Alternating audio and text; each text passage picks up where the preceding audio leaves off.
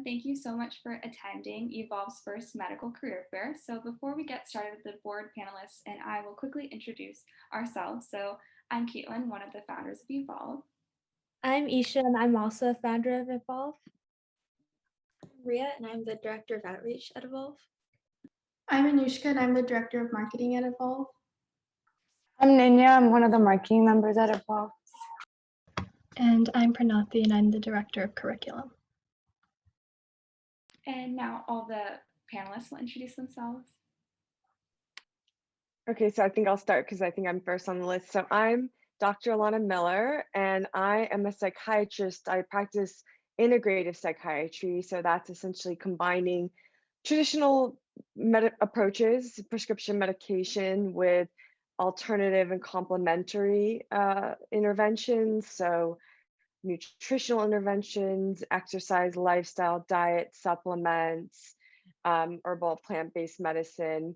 And I'm also a 2-time cancer survivor, lymphoma, T-cell ALL. And so I also write and speak and teach about topics related to resilience and cancer survivorship, and have like a social media presence. And so do a little bit of that.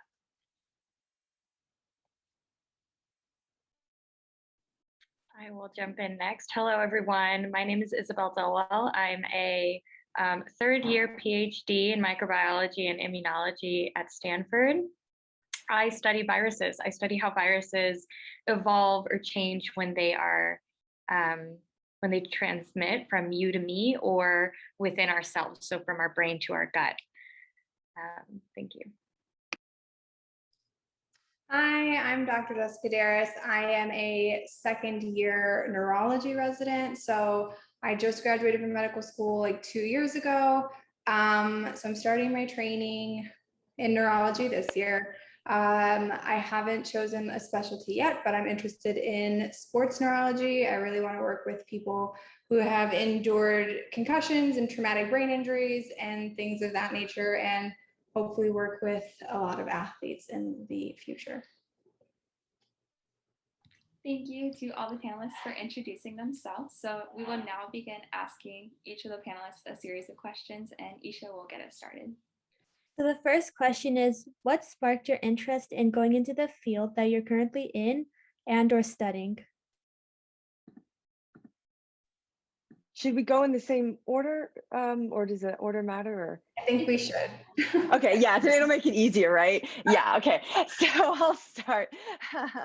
So I basically knew from a very, very young age I wanted to be a doctor. I mean, like elementary school. And I remember we had to do a career report. I think when I was in 7th grade, you pick a career and you interview someone and do a little report. I remember I went to the library and I picked a book on medical specialties, and I just picked what looked like the hardest one, and it was neurosurgery. So I was like, I want to do that. And then but then I realized I probably didn't want to be a neurosurgeon.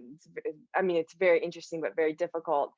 So but I did go to medical school with the idea of being a surgeon. So probably a surgical subspecialty like urology or ENT I was considering. And I had that identity in my head for a very long time. But after doing my surgery rotation, like the middle of my 3rd year, I just realized it was not the right fit for me. And I think one of the panelists who might be coming in is a surgeon. For me, it was too kind of like mechanical. It's very difficult and very complex, but it's very algorithmic. You don't want a surgeon who's creative. You want them to do the particular procedure as it's kind of lined out. Whereas psychiatry, I found to be just very creative and very much values the relationship with the patient. And I just did a hard switch from surgery to psychiatry middle of residency middle of medical school. And so then I did my medical school at USC. I did my residency in psychiatry at UCLA. And then it was in my last year of residency that I first was diagnosed with cancer. But right around then is when I became interested in integrative medicine. And so I basically kind of self-taught and self-studied. And then now I have a private practice, and then I do kind of some other like the teaching and speaking and media stuff on the side. So it was kind of evolving from thinking I was going to do one specialty and then ultimately switching into another one that I'm very, very happy that I'm in. It was a good fit for me.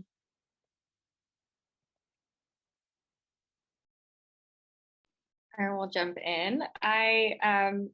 For myself, I guess knew I liked science always, but never was so just wild about it. Even in high school, I was not the best student. I did not get the best grades, but I was okay. And when I decided to go to college, I went to the University of North Texas. I didn't know what I wanted to major in. And I decided, since I kind of like science and I was all right at it, I would do biology, just very basic biology degree. And during my first year, I took an introduction to research class. And we studied bacteriophage, which are viruses that infect bacteria. And they're really easy to study. So there was this entire class evolved around discovering your own bacteriophage. You could discover your own virus and you could name it yourself. And we took a year to do it. In reality, it takes about 3 weeks to do, but it was my first time, so it took a year. But it was a lot of fun and I loved it. I love the process of discovering something and then really following through, analyzing it, seeing what this virus does, how it infects the bacteria. What does that mean? And at the end of the year, I asked my professor, I said, how do I do more stuff like this? And he said, you probably want to go to graduate school and get a PhD and then go into a career of research. And the most I knew from a career in research or being a scientist was from like Law and Order or CSI or one of those shows, Criminal Minds, where there's one person in a lab by themselves doing their own thing. I thought, okay, sure, maybe. But I kept going. I did another research class and eventually I joined a lab and I learned about what a PhD was. I really didn't know before that. Nobody in my family had ever done that. And it's this, you get to learn how to ask really good questions and you get to learn how to discover something and, tell the public about it. And so after undergrad at UNT, I took a year and I did research in New York City. I worked on Ebola, which is a very serious virus. And after that, I decided I did want to go to graduate school. I wanted to get a PhD. And I ended up here at Stanford. And here at Stanford, I've gotten to study all sorts of viruses. And it's been really, really cool. I now study fly viruses. I study epidemics, really. So it's very, very applicable to the past couple years. But I study epidemics and how viruses travel through species. And I do that through fly viruses. But it's been a great journey. But I would say my spark had to be in college doing this one class, an introduction to research class. So my interest, similar to Dr. Miller's, I knew I wanted to be a doctor when I was about 9. It was my first visit to the emergency room. I had sliced my knee open on my bike. My parents were out of town, so my grandma had to take me to the emergency room. And I got 4 stitches in my knee and I thought it was the coolest thing that someone could sew your skin back together and you'd be like fixed. So I knew at that point that I wanted to be a doctor. Also, I started learning about like the digestive system in like 3rd and 4th grade and was like, it's so cool. You can find out like what's going on in your body while it's like happening, like while you're eating something. And no one in my family is a doctor. I'm the first one. So going to medical school and all this stuff was kind of a foreign concept to me and my family. I was also not very good at school in high school, but I had the opportunity at the age of 15, so like in high school, to watch open heart surgery at the Cleveland Clinic. I'm from Ohio, Cleveland, Ohio, and I worked in a hair salon and a doctor was getting his hair cut and the person I worked for was like, hey, like Jessica wants to be a doctor. And so he took interest in that and let me shadow a physician. which now I think it's a lot harder to do in high school because I feel like there's a lot more like regulatory things. Like you can't just go into the hospital like you used to be able to. But I got to watch open heart surgery for like 6 or 7 hours at the age of 15. And I thought it was the coolest thing like ever. I mean, I didn't say much. I just kind of stood there and watched, but like, it was one of those things where you just kind of felt like, yeah, this is what I want to do. I belong here. And I also wanted to go into surgery originally, but my desires for that changed also through medical school and through undergrad. I went to undergrad in Michigan, in Grand Rapids, Michigan, a small private college. Didn't get good grades either there, so I've never really been a great student. School's always been hard for me. And then got my master's degree in medical physiology with a area of concentration in neuroscience, which is kind of where my interest in the brain started. I had the opportunity to do research with neurodegenerative diseases and got to see a human brain for the first time. And that was awesome because I had no clue what it looked like, what it felt like, or like what you kind of do with it after, to study these diseases. And so that kind of interest carried on into grad school as well as medical school. I went to medical school in the Caribbean for 2 years and then finished my clinicals in the United States. And that interest just in neurology, the way our brain affects our body. And I mean, it coincides closely with psych. For a while, I was kind of alternating between psych and neurology, but I just kind of felt more drawn to neurology. I like that, your brain controls like who you are and how you move your body, how you function, how you interact with the world. And that to me is nothing short of amazing. So yeah, I mean, that's part of the reason why I decided to choose to go into neurology and where my interest in medicine started. So.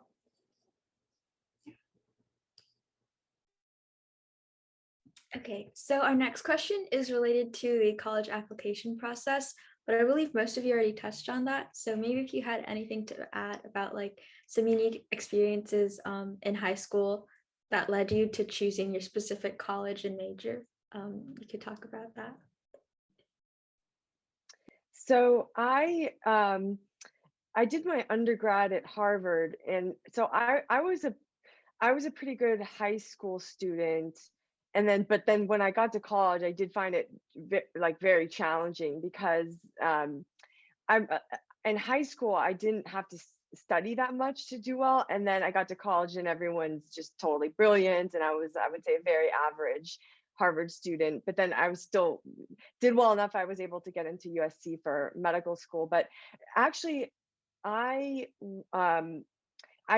went into college knowing I was going to be pre-med, but I ended up majoring in psychology, so totally unrelated to thinking that I was going to ever be a psychiatrist. Psychology was just something I almost felt like was a hobby or something that I just found very interesting. Like in particular, learning about social psychology compared to, say, personality psychology, because I think we all tend to overemphasize the degree to which our personalities determine our behavior, but actually it's our circumstance that really determines our behavior more. So, for example, I remember just reading about these studies where you could predict how empathetic someone was, not based on how they answered personality tests, but how much in a hurry they were. And that becomes actually very interesting when it comes to medicine as a field, because how do you get doctors to be more empathetic is just to give them a little bit more bandwidth and time in order to be able to treat their patients. And one of the things, I'm trying to think if there's anything else interesting about that. I was recruited to play water polo, so I did play sports.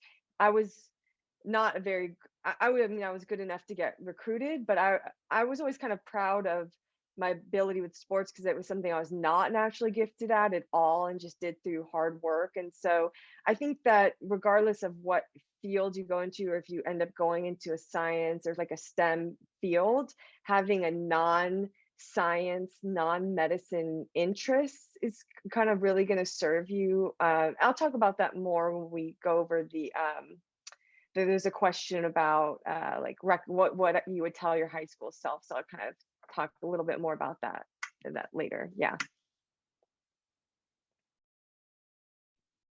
I think Dr. Miller brings up a really good point about non-science interests in high school and beyond.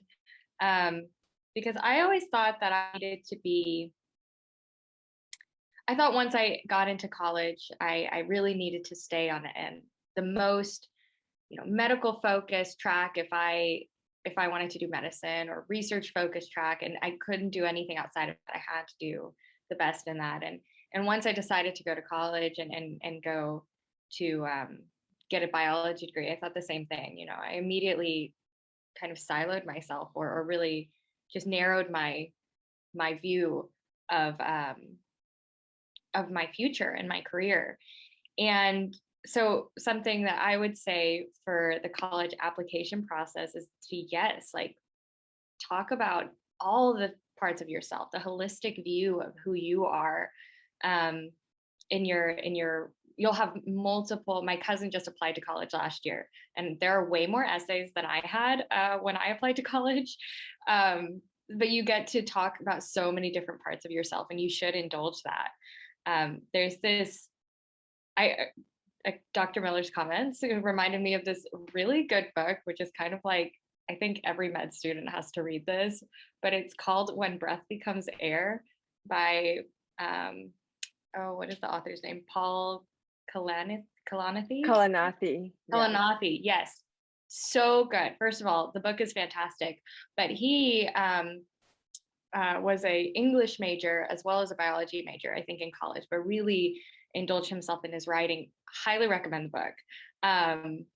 But it's this great story where you see so many different sides of someone, and I think you should start that early. I think that would be that would be what I wish I had done when deciding my major and what college to attend, was that, I'm a multifaceted person, and I can go into all of that.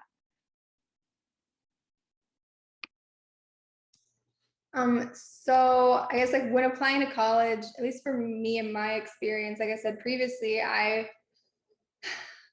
wouldn't say I was a bad student, but I knew how to work the system. So I knew that in high school, you could fail every test and quiz at the school that I went to. If you did all your homework, you could get a C. And then I realized, obviously, like, now that I really struggled with ADHD in high school, and like everyone in my family was diagnosed at that point. I was the last one to get that diagnosis. So I think that's why I struggled through school. But the college that I chose, in all honesty, I didn't have a great GPA coming out of high school. And yeah, that's not always helpful. But like, I was like, well, I try hard in school. I don't know why I don't do that well. And I always heard, you need to have straight A's, otherwise you're not going to get into college, you're not going to get into medical school. And that's not 100% true, but like, obviously working hard and getting good grades is important, because it just kind of opens your options so much more. So the college I went to, both of my brothers had gotten in, and I was like, well, if they got in, I could probably get in there too.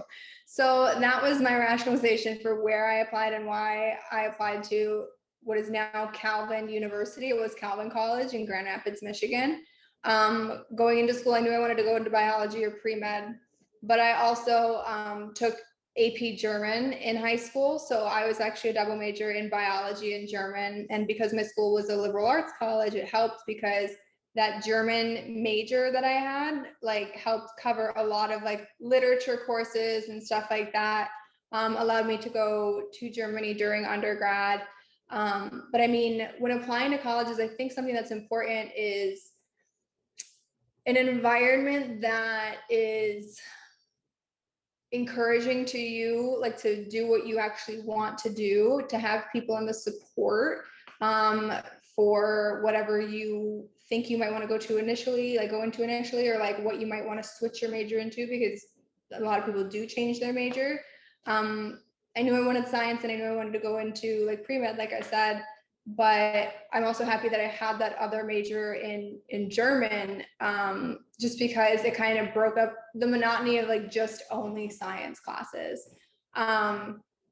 So I think when applying to college, find one that speaks to what you want to go into, or what you feel will encourage you, not just as like a student, as a professional, but like as a person, because like Isabel said, you can be so much more than just one thing. And I think that that's important, especially because I feel like, I don't know if everyone on here is a female, but you know, with women in certain fields, they put you into a box. Even my dad today, he's like, doctors don't wear that much makeup, Jessica. Doctors can't, you know, wear high heels all the time. I'm like, listen, I'm gonna do what I want to do. I will color my hair. So like, if you can't have an environment that's encouraging for you to be your most genuine self, then I would probably shy away from that kind of program or university. So I think that's it. I mean, I'm happy with where I went to school. It was a small environment and I learned well in it. And that's another thing that I think is important when deciding what your learning style is too, if you learn better in a small environment versus a large environment. So the next question is, what does a typical day look like at your job or place of study? So mine's going to be very probably unique because I have a solo private practice. So I don't have a job. I basically have a business that I run myself, which I absolutely love. So, and the other thing that makes my schedule a little bit different now than it was like prior to middle of 2019 is that I'm healthy now. I'm in remission, but my cancer relapsed in the summer of 2019, and then I had to have a stem cell transplant. So I had to kind of close my practice and rebuild it from scratch, nearly from scratch over 2020. So I'm working, the number of hours I'm working now is about half of what I was doing before, but I'm doing pretty well because I'm able to set my own fees and I work outside of the insurance system. And when I don't so much see people sliding scale, but I'll just see some people for free. So in terms of my particular schedule currently is I see about 10 to 15 patients a week, which is not a lot. If you're working in the clinic, you're probably seeing that a day. Now I spend a lot of time with those patients. So, and this is what having my own business and my own practice allows me to do, is that I can see someone for an hour and a half, 2 hours for an intake. And I can schedule buffer after that, so I can go longer if I need to. And I do therapy, and I have some patients that I'm mostly focused on med management, but I have other patients where I'm really kind of doing everything from managing their diet to prescribing exercise programs to giving them supplement recommendations. And so currently I just see patients Monday through Thursday. I schedule them basically when I want to and when they're available. So it varies day by day, but I start maybe at 9 a.m., some days 10 a.m. Usually my last patient, I'm finishing by say 4 p.m. So as you can see, it's not like a long day, but then I use that extra time I have to pursue a bunch of outside interests. So I'm writing a book right now, a memoir about my cancer experience. I do, like I mentioned, I do a lot of, like speaking and teaching type of stuff. I have little cats I take care of. I do, I spend time with friends. And I spend actually a lot of my free time doing kind of educational stuff like studying and reading, and like a lot of my knowledge about integrative medicine is self study. So now prior to my transplant, I was seeing probably like 20 to 25 patients a week, and that was more, I would say that was like 4 full days, Monday through Thursday. But even before that, I wasn't seeing patients Friday because I used Fridays to return phone calls, return emails, things like that. And I don't work after hours or on the weekend. So with private practice, you can work as many hours or as little hours, few hours as you want. So that's kind of how I have it set up. So kind of a combination between intakes, I do like an hour and a half, therapy around an hour, and then if I'm doing a short appointment for med management, a 30-minute appointment.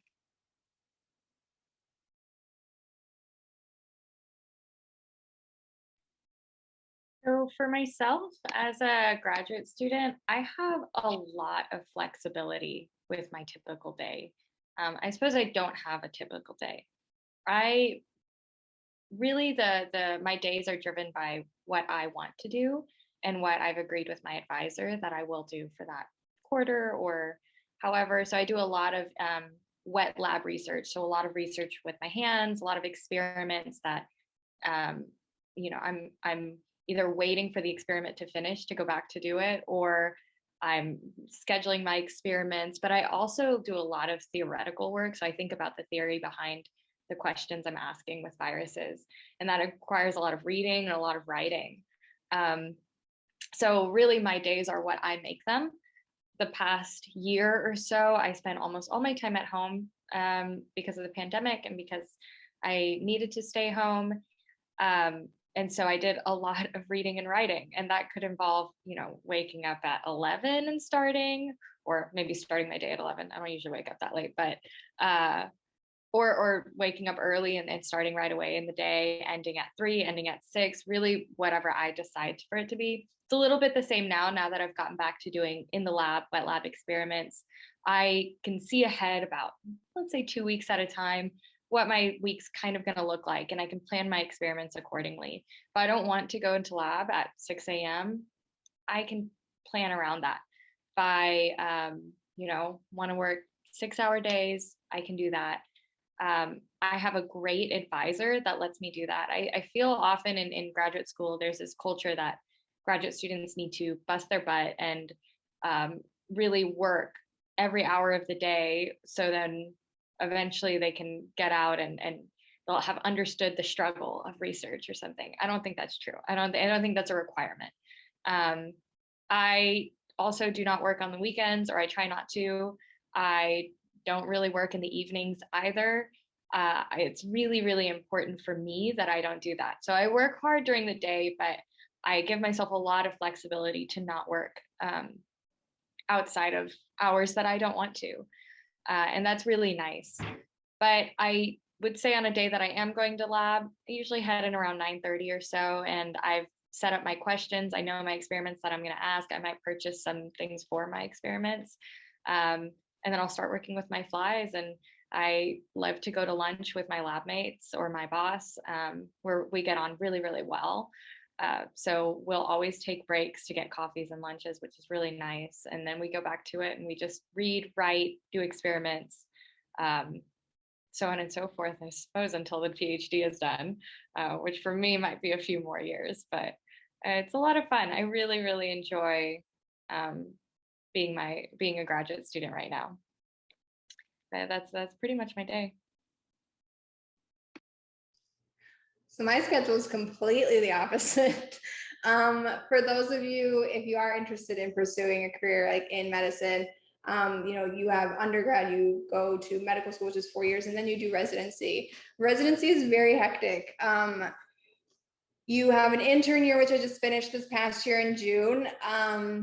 I work over 80 hours a week. I am currently, like I said, in my second year of neurology, so my schedule is a little more, I would say, predictable, just because like the internal medicine year that I had for intern year was just very, very crazy. You get at least 1 day off a week. I work on the weekends. The hospital that I'm currently at, I will have 24-hour calls, which means I am in the hospital for 24 hours plus an extra 4 hours just to follow up on patient care. But the particular hospital that I'm in right now, we're at 3 different hospitals here. I'm in University of Missouri, Kansas City. So I am at Truman Medical Center, which is more of a community-based hospital. It doesn't have a huge neurology like service. St. Luke's is a comprehensive stroke center. So it's super busy with people who come in with strokes and other neurological emergencies. And that's why they have to have someone there for 24 hours all day, every day. They have to have a neurologist on staff in order to qualify to be a comprehensive stroke center. So currently I'm at St. Luke's. This month I have had 7 days where I do 24-hour call. So I'm in the hospital for at least 28 hours. And on a normal day, at least this month, I'll get to the hospital around 7. So I'll wake up at like 5:15. get to the hospital at least by 7 to run the list of patients we have at 7:15 with whoever was on overnight. I go see my patients, I write notes on those patients, just updates of what happened. And then we round with our team and like go see the list of patients that we have. And then throughout the day, if we have new consults, then we'll go and see them. So it's pretty hectic, but then next month I'm going to be starting a clinic day. So on Tuesday mornings, I'll have my own outpatient clinic where I'll see patients in the neurology clinic. And then each month I switch to whatever hospital that I'll be at, and like my schedule will kind of change based on that hospital. So I have a very crazy schedule. The days that I have off, I do have a social media presence and I try and do stuff for that, but it's really hard sometimes. Today I have off for the most part. I go to work again tomorrow. So I got to go and go grocery shopping and take care of things that are normal, which you will take care of eventually. Doing laundry and errands and all those things. And when I do have free time, I honestly like to be lazy, but I'm trying not to be anymore. So trying to start eating healthy again and working out. But yeah, I have it'll be pretty much hectic for at least the next like 3 years, but I think for the most part, I'm still enjoying it. So that's good. I am enjoying being a consult service, which means we don't have like primary service on a patient. So like I'm not doing everything. I'm only taking care of their neurology brain issue. So that's my schedule. So the next question is, what do you believe one of the leading medical problems in your field of study is, and how do you see it being solved today? Yeah, this is such an interesting question for my field, psychiatry, because I identify two main problems that are almost kind of the opposite of each other, yet they're both true. And one is that there is not the science needs to catch up with other fields of medicine. And number two, though, there's an over reliance on biological factors that affect mental health while ignoring kind of more spiritual factors. So both of those things need to evolve. And so specifically, and this is true in neurology too, is that we deal with the absolute most complex organ in the body, which is the brain.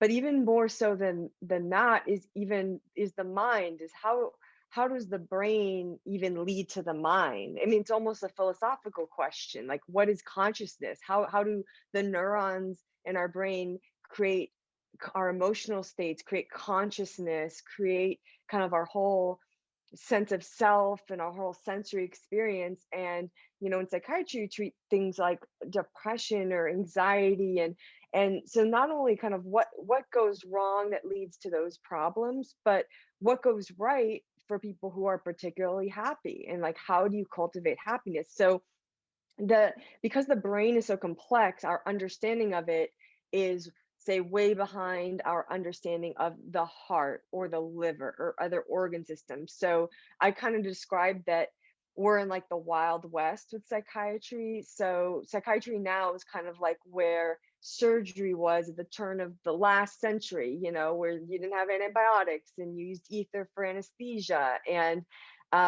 that both makes it kind of exciting, but also to do right by our patients. It's so clear that in 50 years, the way we practice psychiatry is just going to be night and day different than what we do now, because we're starting to figure out more about like the specific pathways in the brain and figuring out more targeted treatments and like how brain stimulation methods, using psychedelics for psychedelic assisted therapy for depression, for PTSD. So that's, I think, one of the biggest problems is advancing the science, which will just happen with time. But the other thing is that of all the fields, this is true in all fields, but I think in psychiatry more so than any other, is that the relationship and rapport you have with your patient is the absolute most healing thing that you do. And the way certain aspects of medicine are becoming very kind of like automated or like made efficient by insurance companies and big like health systems, is taking away from the relationship, because like you're using an electronic medical record and you can't even, I don't know if you guys have ever gone to the doctor and they barely look you in the eye. It's not their fault. They're forced to like enter 20,000 things into this computer system, and they only get 15 minutes with you. And I trust you, they're not happy in that system either. And that's part of the reason I work outside of the insurance system, which has its pros and cons, because not everyone can afford to pay someone out of pocket. So that's why I do some things for free, but to me, where my field needs to go is we remove a lot of the administrative burden so that we can like look patients in the eye, spend time with them, value their stories, and like keep in mind that it's not just like giving them the right chemical or medication, but like how do you heal this person spiritually, because I'm both a doctor and I treat patients, but I also was a patient having had cancer twice, and I can tell you the things that I remember about my treatment aren't, oh, I got the exact right chemo protocol and everything was by the book. It was like that time the doctor like put their hand on me and was like, I'm here for you, and showed that they really cared, and so those things alone are very healing. And so I think that definitely my field, but medicine as a whole needs to respect that spiritual connection between doctor and patient, and then also not be so pharmaceutical based. And that's why I like what I do, integrative psychiatry. So using things like nutrition, using things like diet and lifestyle and natural medicine. There are fields of medicine that have been around for millennia: traditional Chinese medicine, Ayurvedic medicine, meditation and mindfulness practices. So these holistic healing modalities are onto something. So how do we integrate those into what we do in a kind of a more Western approach? So to me, that's kind of the problem, but then also the solution, and which is very exciting. Integrative medicine in general is kind of at the forefront, and it's making it so much better for patients and also much more rewarding to be a doctor to practice it. Yeah.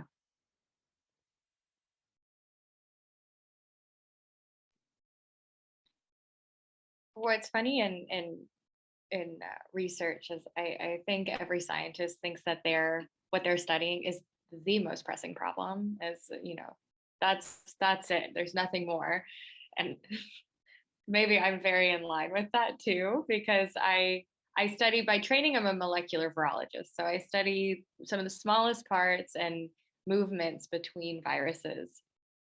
But with that, I study emerging viral diseases and emerging infectious diseases. And these really have like a big impact on global public health. So this is like, trying to think of some that really are widely known, like bird flu, or a while back, you might maybe remember swine flu. That was maybe 2005 or something. Then there was also Ebola in West Africa, and that was like 2015. There's Zika virus, that was that same time period, 2016, 2015. And of course, recently, COVID-19. These are all examples of emerging infectious diseases and all emerging viral diseases. So I think one of the most pressing issues is trying to figure out how to control, predict, all these things around viral diseases. How do we keep the public safe and healthy?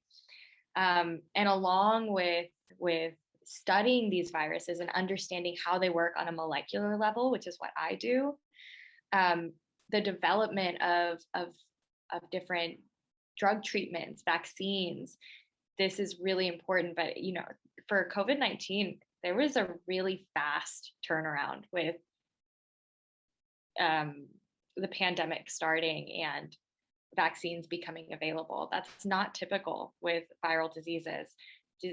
Vaccines can take years, I mean like 20 years to really have a good comprehensive vaccine for a viral disease. And it's really, once it's out, that's great because people can be protected. There are reasons that we don't have polio anymore, or that people don't get polio, because we're all vaccinated against that and many other viral diseases.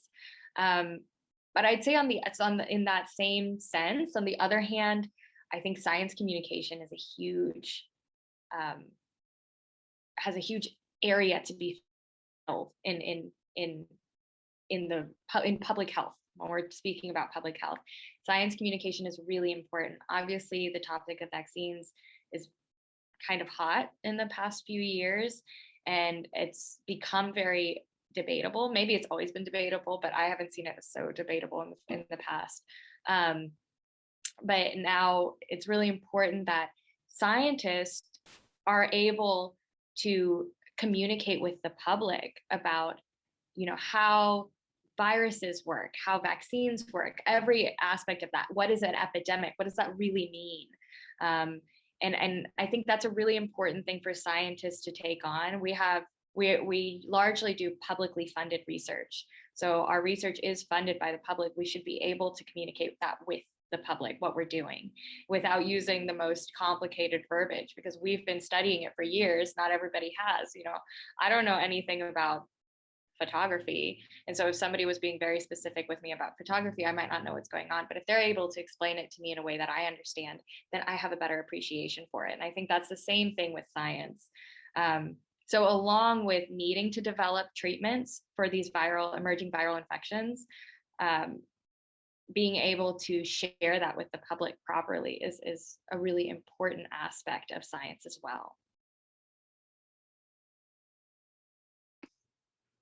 So I think, kind of touching too on what Dr. Miller was saying, just in medicine in general, the amount of time that you have to spend with your patients is very, it's not a lot of time. Especially when you're in the hospital, you have 10 or 15 patients you have to see, you have to get all your stuff done, and you're so focused on getting your work done. And it's just so hard to spend that time with people and be able to manage your day appropriately so you're not at the hospital until midnight every day.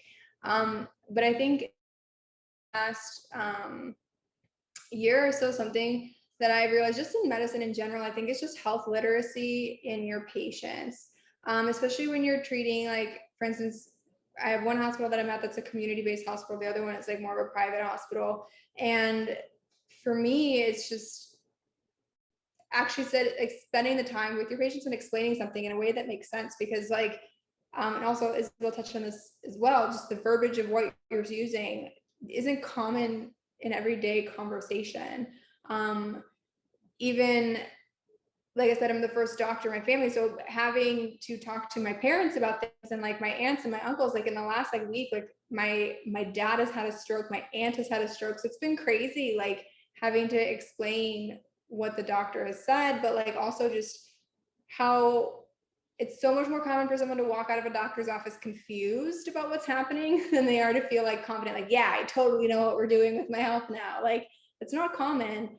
And to me, I'm pretty passionate about that, just being able to have that rapport with my patients.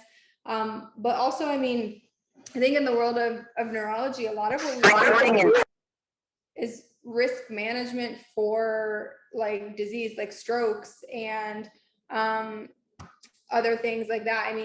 Diabetes, which is rampant in the United States, uncontrolled hypertension. But then again, that kind of goes back to sitting down and talking to your patients, why it's important to take a certain medication, or why it's important to avoid certain foods, or why you should exercise, because really what it boils down to is the whole person, not just what that one thing that they're in the hospital for, or that one issue.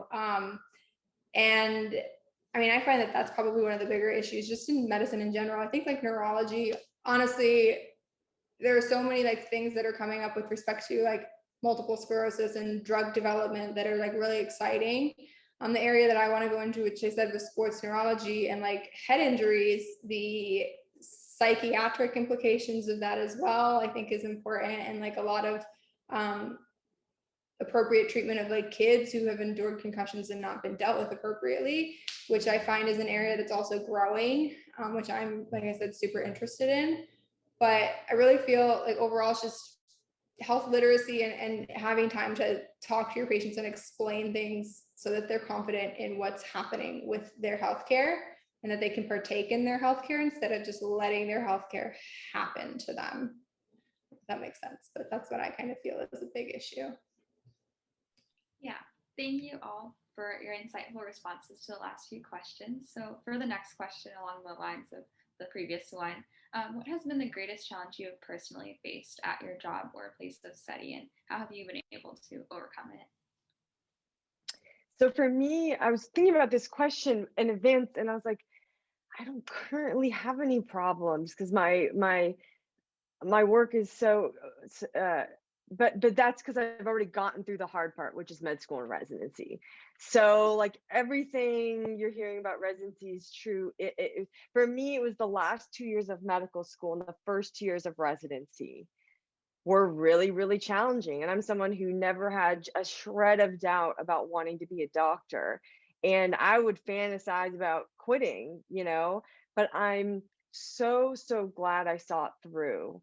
Because if, regardless of whether you go into medicine or science field or something totally unrelated, you have to be willing to put in the work where there's this book, I'm quoting the title of this book, like, be so good they can't ignore you. And that takes time. It takes time. You can't skip the steps of being good at something. So that was the most challenging for me. It was all that doubt I went through and working those crazy hours, there wasn't the 80-hour work week, which still they technically have an 80-hour work week, but often people have to work more hours than that, as some of and like that was very challenging. And then operating in a system where I felt like I just had this sense we're not doing right by patients, because I was that doctor who would have to cut off conversations short, because I had 6 other consults waiting for me. And I just had this constant unease of, I don't like this. I don't like having to cut off my patient or not being short with them or whatever it is. So like that was challenging. And then and I would say a more challenge that I had in the first couple of years of my private practice was the business parts of it, because you do not learn business whatsoever in med school or residency. And if anything, it's kind of like a bad word to talk about business or to value being business savvy, because there's an idea that that's like you're valuing making money over, say, patient well-being or what's in the patient's best interest.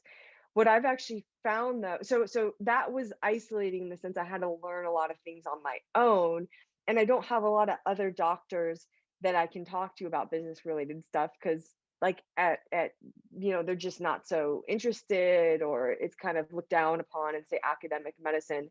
But what I found is that that being good at business and caring about patients and being an excellent clinician are connected. They're parallel processes, because by being good at business, so I can, say, charge more, I can spend a lot of time with patients, and then I have the luxury of not having to see 15, 20 people a day, so I can study and then go above and beyond for an individual patient. And then I've become like an expert in some very niche problems, so there are people who see like 20 doctors and they can't get, and they feel like at a loss of, what to do, complicated mental illness or chronic fatigue syndrome or chronic other medical illness that overlaps with mental health issues, and I'm able to help them. And then it's like incredibly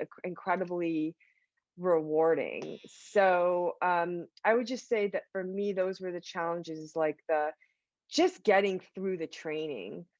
But if you get through it, like, I can't emphasize how much it was all worth it. And whether you choose medicine or something else, there's no shortcutting it. You're going to have to work hard. And if you are willing to put in work and time that other people aren't, there will be no ceiling to what you can do.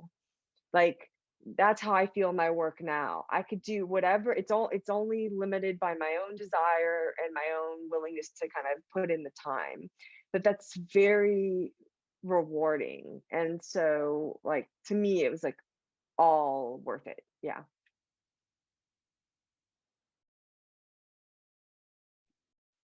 Yeah, I completely agree about really putting in work and getting out of it what you put in. I I I think, well, I'm the only one who's still in my terminal degree. Doctors Miller and Darusz have already earned their medical degrees, so I'm in the thick of things. But I'd say the greatest challenge I have currently is the work is driven by me. I decide how much I work and what questions I ask. I'm very fortunate here in my lab that I can really ask whatever question I want. My advisor is very supportive of funding that work and just letting it go as far as I want it to go. But that means I have to see how far it could go, which is a bit scary. You have to really believe in yourself. You have to believe you're capable to answering tough questions and to doing really complicated science and becoming an expert in, for me, molecular biology and ecology and evolution. And that can be very hard, especially in a system that maybe is not built for me. So, you know, as in one aspect, I'm a woman of color, and that does have I have experienced biases, negative biases on me, and extra barriers that I have to cross. And it can have this effect where you feel that you're not capable, where you feel you don't have the ability, or you're not able to do the things, the goals that you set out for yourself. And that's can be really hard. Motivation can be a really hard thing in graduate school. But I surround myself with a brilliant community and brilliant people. And again, I've said I have a great advisor, and she's been very, very supportive of me in my journey. And so I'm able to set those high, lofty goals that end up maybe not being so lofty, because I'm absolutely capable. We all are. And I love that aspect of the past 3 years I've been doing this PhD. But let me see, how do I overcome those motivation and personal kind of imposter syndrome aspects is definitely by my community. That would be my family. I have a great support system. My friends, I have brilliant friends in my cohort here at Stanford, as well as outside.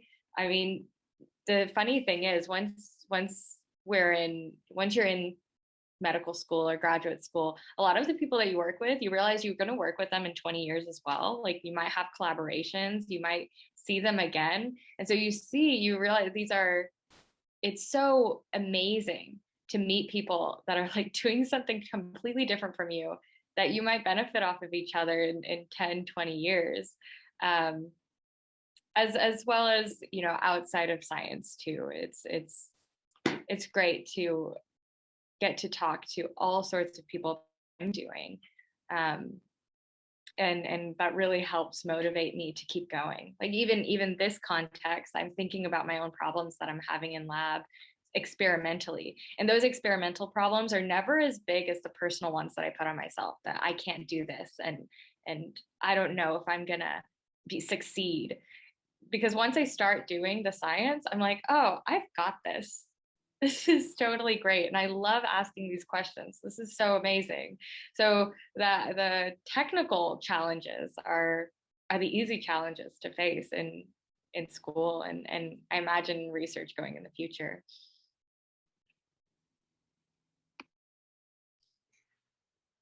Imposter syndrome is real. Like, just to say that, And I mean, I'm sure you all are probably familiar with that, but like, especially in the age of social media, like scrolling through Instagram, comparing yourself to others just makes you feel like, oh my gosh, what am I doing with my life? And you guys are like in high school right now. And so I feel like sometimes it gets even worse sometimes when you're in your like 20s, you see people like and getting married and all these things. You're like, what am I doing with my life? But like, it's that I find is one of the biggest issues I had starting my first year residency. So July of last year. And I mean, obviously, for those of you, if you are deciding to go into medicine, if you can avoid starting your career in the midst of a pandemic, I would highly recommend do that, because it's terrible to start it in the midst of a pandemic, because that's been hard. But that feeling of, okay, am I good enough to be here? Like, I'm a doctor now, I'm responsible for people's like lives, and like going from medical school to your residency and actually being a doctor. I even had a hard time introducing myself as Dr. Darusz, like at the beginning, because I was just like, hi, I'm Jessica, like I'm here to take care of you. But like one of my attendings is like, no, introduce yourself as a doctor. Like you earned that degree, you busted your butt to get there. I mean, I spent 10 years getting to that point, and just realizing like, and it's like halfway through my intern year too, it's like I'm doing these things and not even realizing that I'm practicing medicine. Like these things are actually coming naturally to me now. Like I can think and like critically and like actually give answers to patients that I really never thought that I was going to be able to before. And I mean, this year in particular has been like super challenging just because of the pandemic and all of that stuff, because that's been very like heavy as far as like your mental health and all that stuff, because you're seeing a lot of things that you normally wouldn't, I guess, just because of like ICUs being filled up and like all that stuff. So that's been like really, really challenging this year. But also just being there for the patients for both good news and bad news, I think is something that I've learned to do, and I think I will continue to learn how to do that. But in reality, the way I talk to my patients is the same way I talk to my family. If it's good news or bad news, I mean, I don't like to sugarcoat stuff, and I don't like to be overly like, optimistic with things, because I think sometimes that can be more damaging to someone if you don't just kind of say, hey, here's where we're at, like, but we're going to take it like one step at a time together. Like if I don't know the answer, I will like print out an article for you that I'll probably wind up reading as well, so you can understand what's happening with you. But I mean, yeah, I think, that imposter syndrome is real. And I feel like over the last year, I've become more confident in myself. Again, I think sometimes walking into a room and automatically assuming the patient saying, oh, hi, nurse. And you're like, no, like, hi, I'm the doctor. That's frustrating, but like, don't get me wrong, I've kind of liked correcting people and seeing their facial expressions afterwards. But yeah, just growing into myself as a physician, I think has been a big challenge, but I'm enjoying it so far. And I think really that permeates throughout like most of your life, is like feeling like, okay, like I don't feel capable right now, but like I'm doing it, I'm taking it a step at a time. And usually you will find the support that you need in your colleagues, in your friends, in your family. And like I said, it's one step at a time that you will find your way. So yeah. Those are great answers. So our next question is, what is the biggest piece of advice you would give to your high school self and to high schoolers today? So I was like thinking about this advance in terms of what advice I would have give my younger self, but also I feel like your generation has to deal with so much nonsense that like I'm not even that much older than you guys, but it was a lot easier for me. I graduated from high school in 2000, and I graduated from college 2004. That was right on the cusp where getting into college started becoming kind of more insane. I was right on the cusp where like I don't think I studied for the SATs, but like it was becoming more normal, like, or I like got a book and I did some practice, but then it was becoming more like, no, you need a tutor. And I was right on the cusp of that. And then now it's just crazy. And so I feel just to acknowledge your generation deals with challenges. And then I get so annoyed when I hear like older generations complaining about your generation because they've had it so much easier, and like just dealt with the economy being so much easier. And like I feel like your generation, because it's so much more competitive to get into school, to, there's this almost kind of like perfectionism, which is reasonable how you guys feel it, because you actually are penalized for having one bad grade and all that. Like, so what I would say though is that, let me tie this to a story of how I chose psychiatry. Essentially, I went from thinking I was going to do the most prestigious sounding specialty, which is surgery, to the least. Like, it's a little different now. Psychiatry is more competitive in terms of application and stuff. More people want to do it, but at the time it was like the losers went into psychiatry, so that was like a mental shift of, because I had kind of always done what seemed prestigious and cared about going to prestigious schools and all that stuff and put value on that. So just to mentally let go of needing to seem prestigious to do what I actually loved was so important. And I decided to do psychiatry essentially over a conversation with a guy who, really smart guy. He originally was going to do orthopedic surgery, which is also very competitive. So we both did like very well in med school, thinking we were going into these competitive specialties. And he ended up switching to family medicine, which again, I'd say is also considered kind of like the least exciting medical specialty. And he was saying like, look, it doesn't matter what specialty you go into, you can do whatever you want within that specialty. So for example, I have this super interesting career where I get to do, like I said, I'm like writing a book, and I do this very specialized type of psychiatry, and I have people flying from other countries to see me, and I'm helping people with terminal cancer process their end of their life with psychedelics. And it's just, so regardless of like where you go to school, or like whatever the names, of the programs you go into, you can turn that into anything if you're creative. So like, don't get stuck on, oh gosh, what if I don't get into like the perfect right school? It doesn't matter. I can tell you, patients don't care. They just care. Are you listening to them? Like, are you competent? Do you care about them? They don't care where you went to school, and they're not asking for your GPA and stuff like that. So so that kind of goes to the other thing I would tell my younger self, which is I would have done things exactly the same, but I would have taken the whole thing just less seriously. I think of how I would torture myself about just the smallest little stuff, like even water polo. Like I was, like I said, kind of a mediocre water polo player. It's not like I was going to the Olympics, but I would drive myself crazy if I had a bad game. It's like, why did I do that? Or even grades, or like someone getting upset at me. And a lot of this, I kind of grew up too, having had cancer, because nothing is important. Like literally nothing phases me now, because I survived like a life-threatening illness twice. And you just realize like we're all just humans.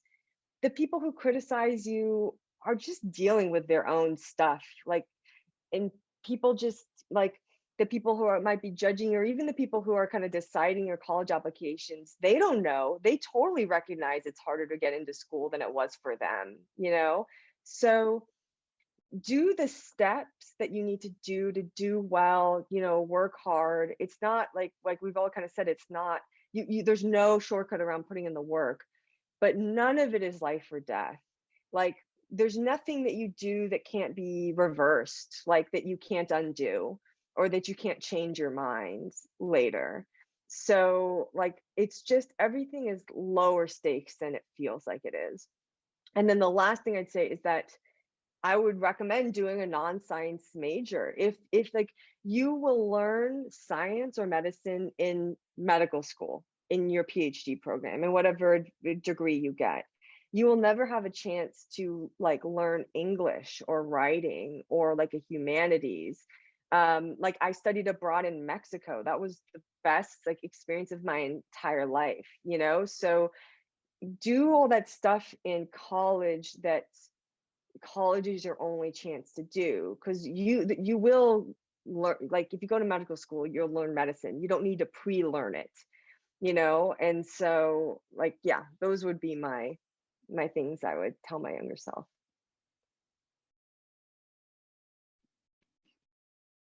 100% absolutely co-sign on all of that. I was thinking about what advice I would give to myself. It's very similar. I would give myself a lot of grace and have a lot of fun. I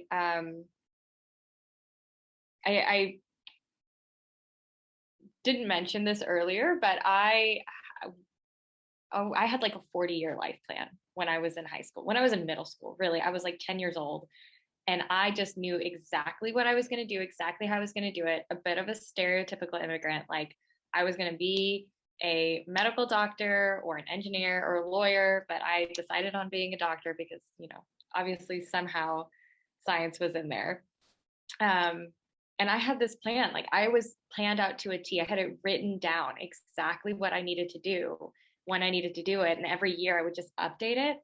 And then when I went to college, I very quickly was like, oh, this is not what I want to do. And that was a huge like shock to my system. I didn't know how to handle that. I didn't know how to go forward without any plan. And because I really liked research, but that wasn't part of my plan. And so I ended up really having to learn. It's taken me years to learn how to give myself a lot of grace and let myself indulge in what I want to do at whatever point I want to do it in. And having a non-science major probably would have been great. Again, didn't do that. I liked being a biology major. It was great, but I did not need to know all the science before starting a PhD. I'm here, I'm learning it as I'm doing it. And that's how it works. Really, even in graduate school, going into it, they just want to see that how you think, and they want to know how you're thinking about the science. Going into a prestigious school is not necessary. University of North Texas is certainly not a prestigious school, but it gave me a good education, which I was able to use in practice when I was working in New York, and I use here. I go to Stanford because of the faculty that are here, because of the research that is being done, not because it's Stanford. And I think that's really something that I would not have understood for myself 10 years ago. I would have wanted to go to Stanford, Harvard, Yale because they were Stanford, Harvard, Yale, and because that was going to give me the best, whatever that meant.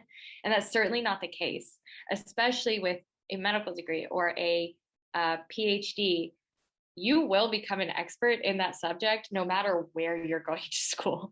You will put in a lot of work and you're going to know a lot of things coming out of that. So it doesn't really matter, you know, like Dr. Miller said, nobody's going to ask you what your GPA was after, like, I don't know, certainly at some point in college, people stopped asking. But they just want to know that you know the information and that you're able to share it with them and that you want to share it with them. And that's what's really important. So if you're in college and now in high school and you want to do something totally different, you know, you want to go do a semester abroad, and maybe you do a semester abroad and don't study any sciences at all. I had a friend go do her semester abroad and just do like language immersion, but that was amazing for her. And she was able to come back. She actually did a year abroad, but she came back and was just talking about what a great time she had and how much it shaped her and who she is. Something that happened after college, during my last year of college, I applied to graduate schools across the country, and I did get accepted into a few. But with PhDs, you go and fly out and you have an in-person interview and you get to see the program and you interview the program as much as they're interviewing you. And what was really hard is that I did not like the programs so much, or I didn't like the locations. They just weren't the right fit for me. They were excellent programs, but they weren't for me. And I had this moment where I thought, God, if I don't do this, one, I don't think I'm ever going to have the opportunity to do it again. But two, all these people, all these years, those years in college, I'm like, I'm going to get a PhD. I'm determined. Don't really know what it is yet, but I'm going to go after it. And eventually I learned, and I was like, this is it. And saying no to graduate schools that were not the right fit for me, I thought I was going to let everyone else down. And they were like, you're not serious about this, or you're not really going to be successful or whatever. And nobody cared. They were like, this is your journey. If you don't want to do graduate school this year, that's fine. That was probably the biggest positive silver lining to come out of not choosing not to do graduate school right after my undergrad, because I realized that this is truly my journey and it's what I take. Everybody has their own journey, and I can decide anything for myself, and everybody else will be okay with it because they're not worried about it. They're not worried about what I'm doing. They're worried about what they're doing. And that really helped the following years when I applied to graduate school, and I found some programs that were really great fits for me.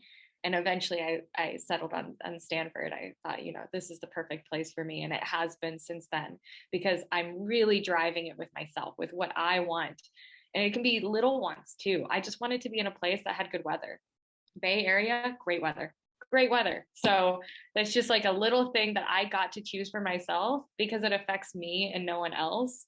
So I encourage you to do that. That would be my advice for my high school self is do what I want, have fun, give myself grace. Everything will work out. Everything will be okay.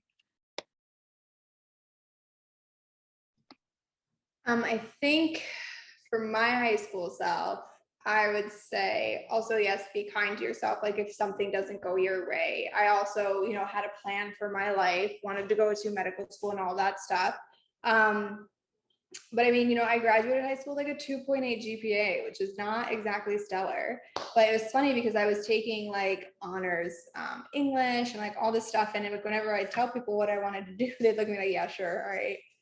Good luck with that.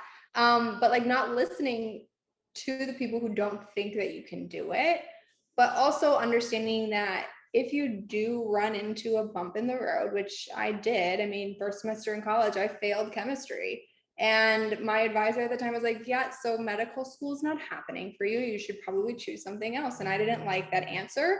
So I got a new advisor because I don't think that that's productive. I think we learn in high school that there's only one way to do things. Like you need to do this, you need to do this, you need to do this. But like, I'm here to tell you, like, there is more than one way to achieve your goals, and really like being willing to put in the work is what's important. And yeah, that might require some sacrifice, but not losing yourself in the process. And, growing up, I think, especially in today's society, we had Facebook, like when I was in high school, Instagram wasn't a thing yet. All the social media things were like more when I was in college than when I was in high school. And I think that in and of itself makes it so much harder to be in high school now than even when I was. Like I graduated in 2008, which feels like a lifetime ago. And like the way things have changed since then, like it is hard. It is hard to be a teenager now. It is. And like, you're allowed to struggle, but also the other thing that I would really say to my high school self is ask for help before you feel like you can't, because that was, I think, also one of the biggest challenges that I struggled with, more so honestly probably in college than in high, and that's a lie, actually right after high school. Like, so going into college, I also almost failed a class that I should have probably taken that as like a sign that I needed to study more. But ask for help before you feel like you can't, and have no shame in it, because like it's more courageous of someone, I think, to ask for help like when you seem like you're okay, you know what I mean? Like that's, I feel like the hardest thing to do, because like you kind of feel shameful about it. Like I'm not doing okay. Like I don't know why I can't like reach this goal or like whatever, but like people are so willing to help you achieve your goals more so than you think they are. Like even, at the age of 15, a cardiothoracic surgeon like saying, yeah, sure, like come and see this surgery. Like because of that, I mean, I've kept in contact with this doctor, and like because someone took an interest in me because I purely asked and like pursued something, was really the motivating factor that kept me pushing throughout the years. Like even when I'd hit these bumps in the road, and even when you do hit these bumps in the road, that doesn't mean you failed. It just means that like your story or your journey just might be a little longer than the average person. And that's okay, because I feel like that will make you a stronger person in the long run, and be able to, your story will be able to help someone else eventually. I think those are the big things, because like those were like, that was tough for me in high school, just like struggling through and like always having people look at me like, all right, you're not gonna be a doctor. And like now it's funny because I've had people message me saying like, what are you doing now? And when I tell them, they're like, wait, what?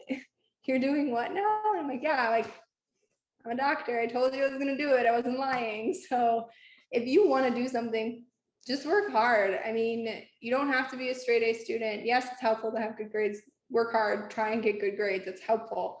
But if you can't work hard, then it's going to be a lot harder to achieve what you want to achieve. So I think that's what I would tell my high school self. Thank you for all the incredible advice to all our panelists. So now we will be shifting to an open Q&A for our audience. So if any of the attendees have any questions for any of the guest speakers or all of them, please type them in the chat. You can also private message me or Isha, and we'd be happy to answer or have the panelists answer your question.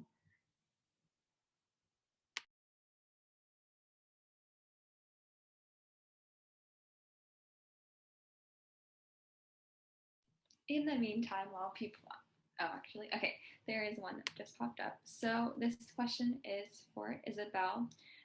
If you could briefly touch upon what your degrees are or what degree you're hoping to get.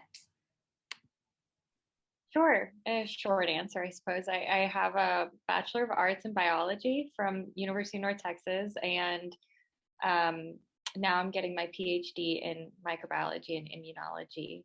In the biosciences, it's not always necessary to get a master's degree in the US specifically. And then in between my undergrad and now, I did what's called a post-bac, so a post-baccalaureate. It's not so much a degree, but like a program that is a bit of a bridge between undergrad and grad school. I think they have something similar for medical students nowadays too. Another question popped up in the chat. Did you have a favorite course or class in high school and or undergrad? And this one's for everyone. I'll start. So favorite course or class, I went to this really interesting high school where I got to take kind of I took classes that aren't available necessarily at every high school, but so I took a comedy writing class, and I took a class on artificial intelligence and yeah, and then actually like I think my favorite classes have been writing classes, because kind of going to what other people were saying about the other panelists about the importance of communication. There's kind of like two types of people in STEM fields we need those who are doing the basic research and advancing the field, and then we need those who can overlap with those people but who can communicate that to lay people, because it almost doesn't matter what research shows if no one understands it. And that's almost kind of the problem we're having right now, where there's so much vaccine hesitancy based on misinformation. And so, yeah, I would say for me, it was like the writing classes and then my psychology classes. And I also like Spanish language classes.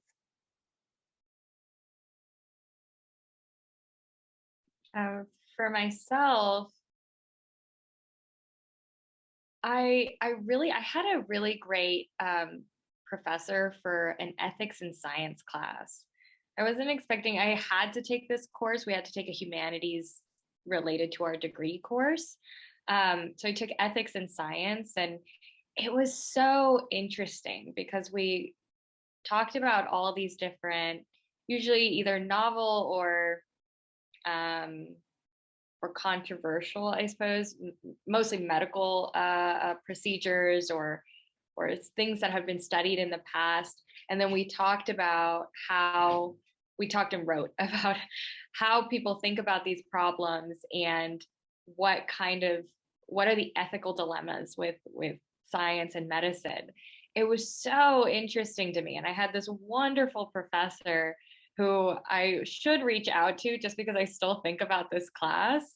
I really got to, now I apply that thinking all the time to my work and to the work of others. What are the ethical dilemmas in what we're doing? And what are all the different angles that we can look at this problem? What are the ways that other people have been looking at this problem already?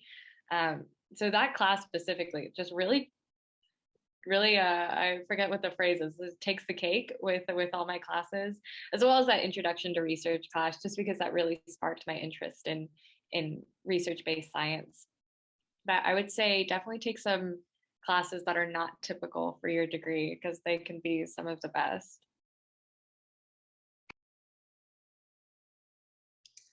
I think in high school, I enjoyed my German classes a lot, mostly because like German classes are hilarious because almost every teacher loves to sing songs and like do a bunch of like weird acting out stuff.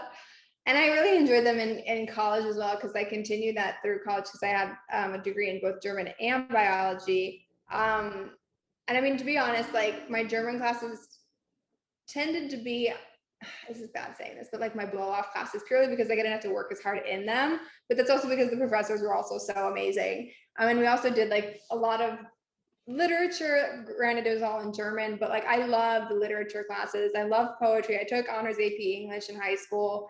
And part of the reason why I wanted to is because I hate reading outside of like just school. But I really enjoyed reading like classic literature. Like I did a lot of like classic German literature in college, which I enjoyed, but like just interpreting like poetry and stuff like that was always fun for me. And like creative writing, I really enjoyed.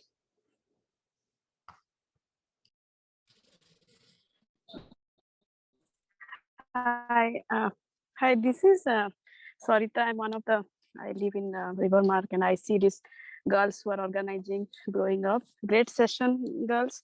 So I have a question, like I have a soon to be high schooler. So what are all the subjects that you should or prefer to take during the high school 4 years so that you are ready for medical school? That's just my question. That was the question from me. Like I grew up in India. Back in India, you take biology if you want to go to medicine, or electronics if you want to be engineer. Here it's a different scenario. So that's what I wanted to check, like what all AP classes or subjects or after school stuff that you guys did. So I did, in terms of I did like the requirements that all high school students have to do. I think, we had to do, I think I did math up to calculus, and we had to do like a certain number of years of history and general chemistry and physics. And then in terms of APs, I did biology, Spanish, English. I did not do physics. I did not do chemistry APs. I did not do a math AP. There were probably some other ones I can remember, but I think really the only one I did that was relevant to medicine was the biology AP, because really you can do all of that. You have to do those classes anyway in college. And so I think as long as you're doing the minimum requirements for your high school, that's enough, because it's really in college that you have to take certain classes to go to medical school. So you need in college, I believe it was a year of biology, a year of 2 years of biology, year of general chemistry, year of organic chemistry, year of physics, year of math, I think was what I did. And then other than that, I did my psychology classes. I got a minor in Spanish and, like some electives. So I think, I know medical schools in different countries vary. I know at least in the United States, there's a couple options for the prerequisites for medical school. So there are institutions that offer 6-year programs where you actually do 2 years of undergraduate, and that's combined with medical school. And obviously they have you taking the appropriate prereqs before that. But I think when it comes to high school, just to kind of hop on what Dr. Miller said, I think your basic stuff that you take, which is like more, your math, your English, and all your things that you need to actually complete high school. I took like a medical biology class. I didn't take any AP classes for high school science. I liked the medical biology class because I knew you were going to get to dissect a cat, and I really wanted to do that, which sounds weird and creepy, but I enjoyed it.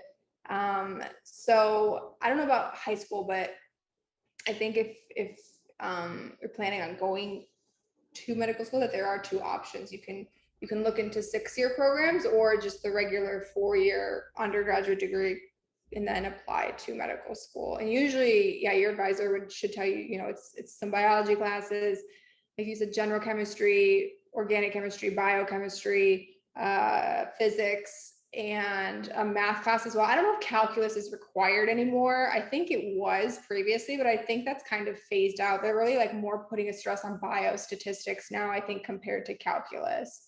So, yeah. Thank you so much. And it's an amazing session. We should do it in future also. Thank you so much.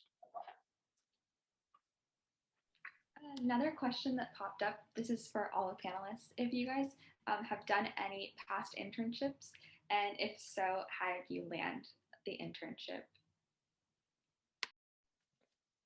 So mine will be brief because I don't think I ever did. So by internship, I think you probably in like in college, right? Like a college internship. So I didn't do any internships. I did I signed up for a volunteer program. I remember where I volunteered at UMass or MGH, the hospital, one of the main hospitals that was in Boston.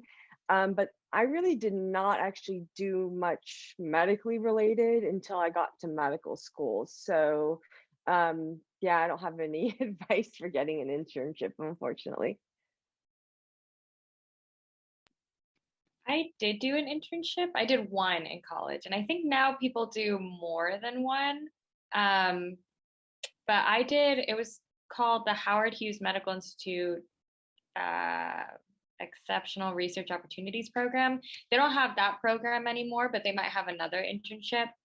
And it was actually one I had to be nominated to apply. And so I'd been very open about my goals with my professors.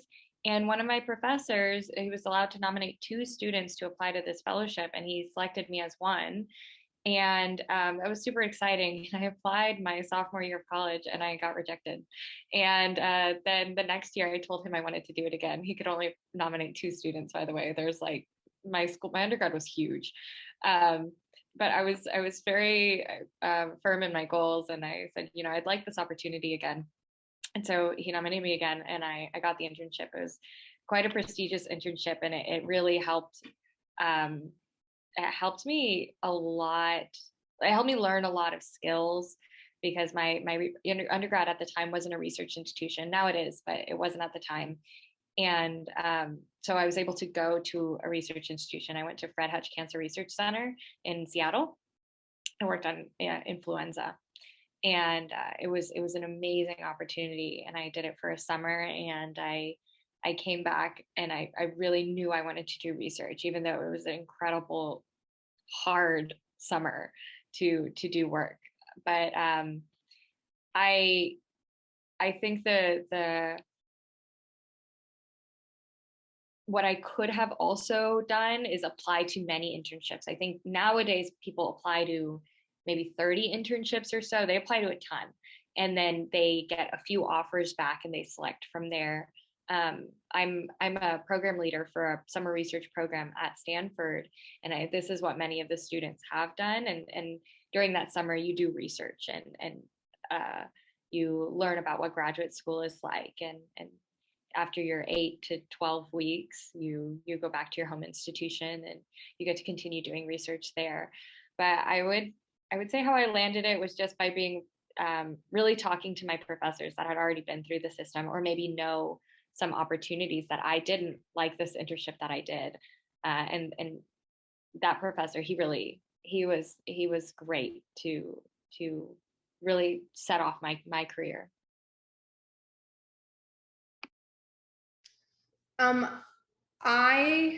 In high school, I know I volunteered at the Cleveland Clinic. There was like a program called like something ambassadors or something. And I did that, I think my junior year, maybe like in the summer, which just, I volunteered in various areas in the hospital.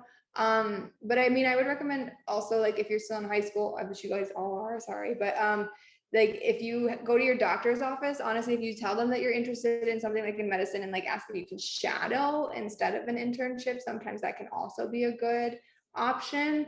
Internships in college, I had one because I also took summer classes every summer, so I didn't really do internships in the summer. But the one internship that I had was at Oregon Health and Science University in Portland, Oregon. And that's where I helped do research on neurodegenerative diseases, like Alzheimer's disease and other like dementias. And that was just through my school. So I think those are ways that you can maybe look for them. Is your school will usually have like opportunities listed depending on what you want to go into. But if it's something that like, you just maybe want to have more exposure to, if it's medicine, or if you know somebody who's like, in research, like Isabel is, if you can shadow, I think sometimes that's a good alternative to an internship. So the next question was med school as competitive as it is made out to be? So I probably med school is more competitive now than it was when I applied, I'm guessing, because my impression is that everything kind of gets more competitive over time. And I graduated college in 2004. I took a year off and did research. And then I applied and I started med school in 2006. So, and I was kind of like a mediocre college student. Like, even though I went to Harvard, my GPA wasn't great compared to what it's, the expectation is. So I got into 2 med schools. I was waitlisted some other ones. I got into USC and Tulane. So yeah, I mean, like, I think typically it's like a half of people don't get in who apply, but then you can reapply. And so it is competitive, but I remember when I was in med school that I would interview applicants, like med students will kind of be on the admissions committee and interview. And it's not just like grades, because there's enough people who have great grades to get into med school. It's really kind of interpersonal skills. So it's beyond just like, your grades need to be good enough that it's not a red flag. And then your interpersonal skills will be what kind of gets you over the finish line. So get as good grades as you possibly can, but even not great grades can be surmounted by really interesting background or experiences, and demonstrating reflectiveness. They don't want to see that you know everything, because they're going to teach you. They want to see that you're humble and able to think abstractly and teachable and a nice person. Yeah, so again, to piggyback on what Dr. Miller said, medical school is competitive to get into. I did not go to medical school right out of undergrad. I did not have the GPA for it. I didn't have the MCAT score for it. So I actually went to graduate school which was like a master's post-bac program. So like Isabel said, she did a post-baccalaureate program. So this program was kind of like that, but you also got a master's degree from it. And I did that because I think my GPA in college was not great. I was like 2.8 again, like 2 point something like that, which is not the best. And so I improved my GPA in grad school, but I still had issues with my MCAT score. I applied after graduating from grad school. So I graduated from college in 2012. I also took 4.5 years to graduate college. So I graduated in 2012, and then I finished grad school in 2015. And then I worked a little bit, but I was applying to medical school, and I applied to I think 50 schools in the United States, both MD and DO schools, and I got rejected by all of them. And I actually applied to schools in the Caribbean. So they take a lot more students than US medical schools. It tends to be what people look at as like an alternative option. If you don't get into this, get into school in the States. And there's, I don't know, I just feel like people's perception of Caribbean medical school tends to be just a little skewed, but it is an alternative option if you don't get accepted into school in the United States. And I mean, that makes me what would be considered an international medical graduate. So that puts me in the same boat as people who, study in other countries. However, because I'm a US citizen, it's a little different for residency applications. So yes, it is tough to get into medical school. And yes, you have people which are referred to as gunners in medical school that are unnecessarily competitive with each other. If you get into medical school, you're smart, all right? You are meant to be there. It's a tough road, but it is doable, but it is competitive. But don't lose sight of the fact of who you are in the process. Again, you're not going to be perfect through the process, and that's okay. But medical school, yeah, they look at people who are well-rounded. I had a lot of volunteer work. I also played sports through college. I played rugby in college, and I also volunteered at American Cancer Society. I was a hospice volunteer. So I had more of the extracurriculars than I had the grades, because people want to see that you can do more than just school. You are more than just your tests and your scores.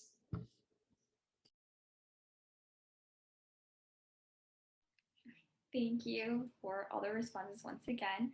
I think those are all the questions. Isha, do you have any others? No. So, well, that's all the time for today. So thank you so much to all the panelists for making today's event possible. And thank you to the students who attended. If you guys have any follow-up questions for any of today's panelists, feel free to email us at horizon.evolve@gmail.com, and we'll happily forward your questions to the panelists.